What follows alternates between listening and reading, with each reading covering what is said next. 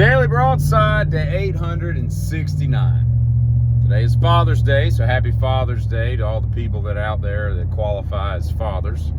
Not just people that helped birth something, but actually helped raise something. You know, there is a large discrepancy there in what people consider fatherhood. This is my first Father's Day without a father, which is kind of bittersweet, you know. Obviously, time heals things, but it's the old thing about, you know, losing a parent's a lot like, what's the, you know, when you break up with a girl, it's better to have lost at love than never to have loved at all. You know, that's kind of how it is with a parent. You know, I was glad I had a dad for as long as I did, and he was a good one, and I lucked out there, so that's kind of cool, and all. But I'll say this, I was looking at my ceiling last night as I was going to bed, and I was watching the ceiling fan, and then I, instead of going to bed, started reading about planned obsolescence, because it is a thing. You know, I was telling somebody just today, I was like, I have got a dryer from, I was probably 25 when I got that dryer. Still runs, still works fine. It only has like 2 buttons, you know, it's not like all these crazy ones now that are like, you know, go gadget, whatever, you know. I saw one the other day, it had a water line going to it. I'm, what the hell is this? And they're like, oh, it's steam. I'm like, stop, I don't need this in my life. But at any rate, I've had that thing for half my life, like almost half my life. And I hate the fact that one day it's just gonna crap the bed, because the next one I buy is gonna last like 2.5 years because of planned obsolescence, because it is a thing. But then I was looking at my ceiling, and I was like, man, that ceiling fan motor, and Hamilton Bay Company's got it figured out. Because I'm like, you know, some things in life, and they seem to be, you know, round, and they rotate in mass, seem to be really well built. I mean, think about the hubs on your car. Think how many billions of times those things go around, you know, if you drive your car with any kind of regularity. But the ceiling fan, I was like, man, I wonder how many times that thing goes around. You know, a ceiling fan will last 10 or 15 years. Might go out of style, but it'll still run.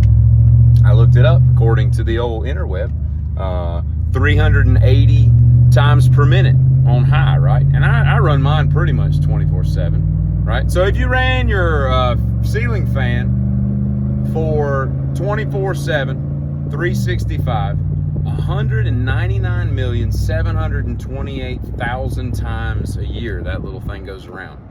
That's pretty impressive for just a motor and bearings and all, that, you know, you don't really repack with grease. You know, there's no maintenance to it. You just throw it out when it's done. But it's pretty, even if it lasted 1 year, that's pretty impressive.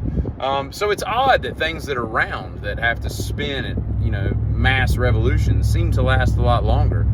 Of course, there is a drum in the dryer that spins, so I don't know how to really equate that theory that I just came up with. But at any rate, I will say this too.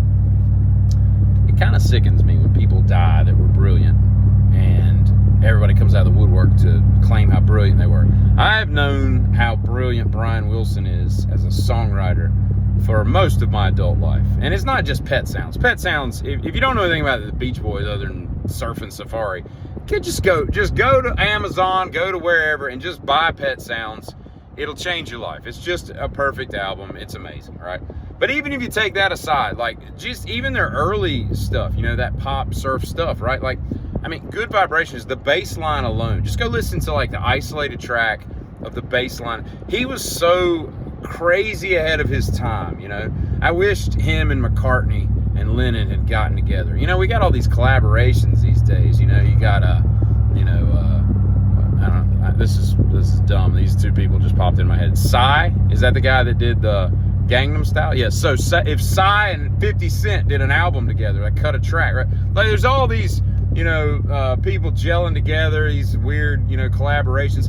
You know, they did that stuff kinda, but not like they do today. It would have been really cool to see two brilliant minds, you know, if like Prince and McCartney and Lennon and Brian Wilson, like if they'd gotten together, it's kind of what the Traveling Wilburys were. You know, these super bands that came along later in the day.